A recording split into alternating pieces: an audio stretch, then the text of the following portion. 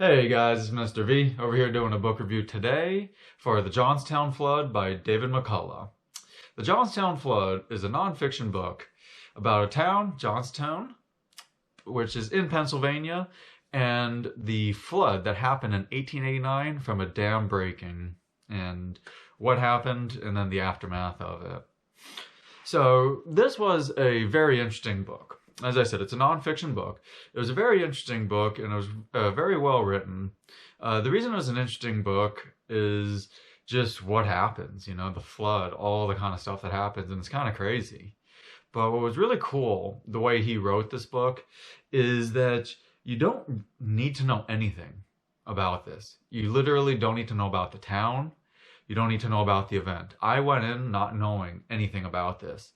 And he talks about the town from the first chapter on. He talks about the town, and he talks about the event. He goes through all these different aspects of it. And he talks about the people. He talks about the people in the town, but also the people who owned the dam that ended up breaking, that caused this tremendous flood and caused a lot of death. And, he talks about the people who owned it, the companies that ran it, the people in the town that live in the town, all that kind of stuff. And it is just very, very interesting that he goes in depth about all that he talks about the type of power some people had, the type of wealth others had, and just how many everyday lives got destroyed because of this. And that's why I said you don't need to know anything about the book going into it. And, that's one thing that is really cool about it, because he also gives you like the history of the dam that broke. He basically goes, the dam broke in 1889, but he basically goes from the 1820s until when it breaks, which is really cool because he gives you a lot of interesting facts. He doesn't just tell you like the year it broke and that's it. He gives you a lot of interesting facts about the dam because those played important roles about like who built it, what had happened, and that like how at times it wasn't even used, and that he showed the neglect that went into the dam, and it wasn't just like one person neglected it, and he shows all that, and how he shows over many different years and many different owners all this kind of stuff happened, or how he goes over how like certain laws were overlooked when they were building this, and like later that certain laws were overlooked and how judges still signed off on it. And he never says why, but it does make you think, was there corruption in any way, or what happened, or how did some of these things get overlooked? So that kind of stuff is a lot of fun. Just knowing even the history of it, and he keeps it interesting. It's not like you're reading a history book. He definitely keeps it interesting. And then he covers the dam breaking. I mean, that he has to cover it because it caused this tremendous flood which killed thousands, and it just destroyed these villages. It just destroyed it in these towns. So he covers the dam breaking, and he gives a lot of firsthand accounts. So that's always a lot of fun because he talks about what people saw, how they reacted, and what they thought.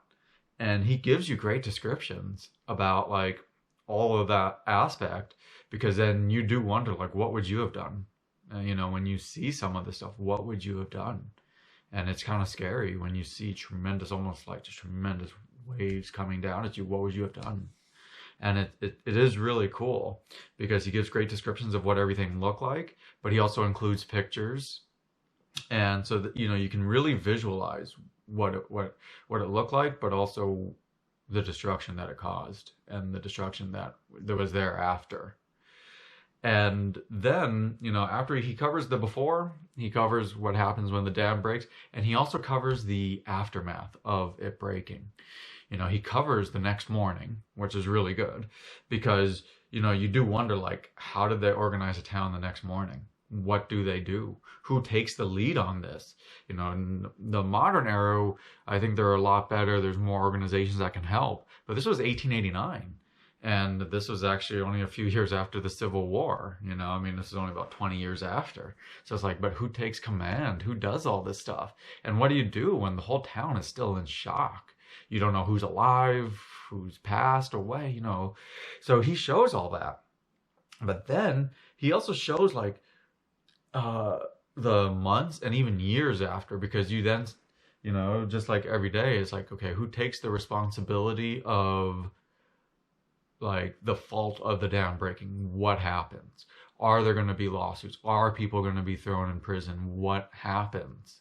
And he goes in depth about all that. I'm not going to say it because you guys should read about it. But that was really, really cool that he did the before, what happened during it, and the after. And one really fun part of the book was he talks about what the reporters reported on after the dam broke. And the reason I say that's a very fun part is because it's very interesting, and it shows how much people just love gossip. The reporters not only exaggerated what happened, like they literally went to the town, those reporters, but how they exaggerated what happened, and how some of them were just flat out lying. How many of them just flat out lied because they were making up stories about robbers or the amount of people who died. Now this is just days after the flood had happened, but these reporters are making up stories and people are buying into it, and they're talking about it's just crazy, the types of stories, and he talks about all that stuff. David McCullough gives you the real stats. He doesn't make it up, but he tells you what the reporters in the 1889 what they said. And it was very interesting that it was that you get to see what that's like and how much people love gossip. Now, some of the things I didn't like about the book, he gave you a lot of names. There was many names throughout the book, and he explains who they are, but there were many people, and not all of them were very important, but there were many, many people, and a decent amount weren't that important. But he still focuses on the important people, but he does give you a lot of names. So that was one thing I didn't like.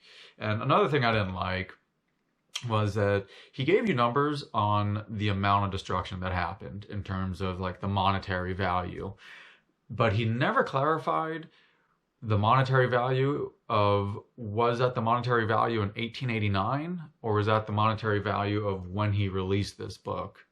And I forget the exact year. I think he releases in the 1960s or 1970s, but he never clarifies the monetary value, which time it's in. You can assume, but there's never clarification, so that was one thing I didn't like.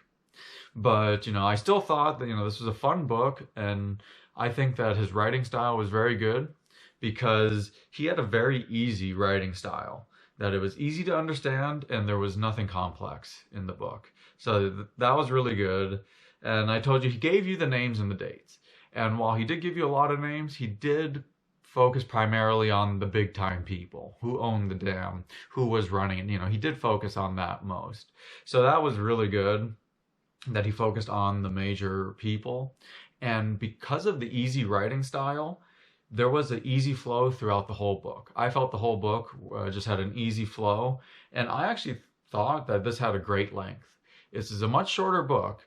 It wasn't too long. I mean, it wasn't too long a book, especially for McCullough standards. It wasn't too long, but I actually believe this was a perfect length for this book because you don't want to go way too far in depth. Some authors go way too far in depth, whereas he gives you the before the dam and what the town's like. He gives you the before, the during, and the after without ever getting too far in detail. But he still gives you a lot of detail, but he never gets too far in detail.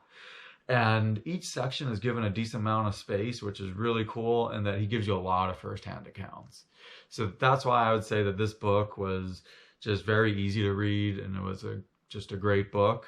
And, I just thought that this was a very informational book, and that it was a lot of fun, to where I definitely would recommend this book, but I would recommend it for specific people, because I still thought this was a great book, but you would probably want to already be interested in learning history. Like this one was about a disaster that happened from when the dam broke.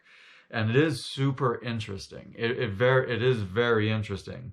But this was not like a world or country changing event. You know, yeah, it did change some things, and you know, this was a horrible disaster, but it wasn't this like world altering event. But that's why I would still recommend the book, but you want to make sure you want to learn the history of it a bit. If you have any comments, questions, anything like that, please post it in the comment section below. I hope you guys click the subscribe button, as I always upload multiple different types of book reviews. Anyway, thank you for watching my book review today. This is Mr. V. Go enjoy reading.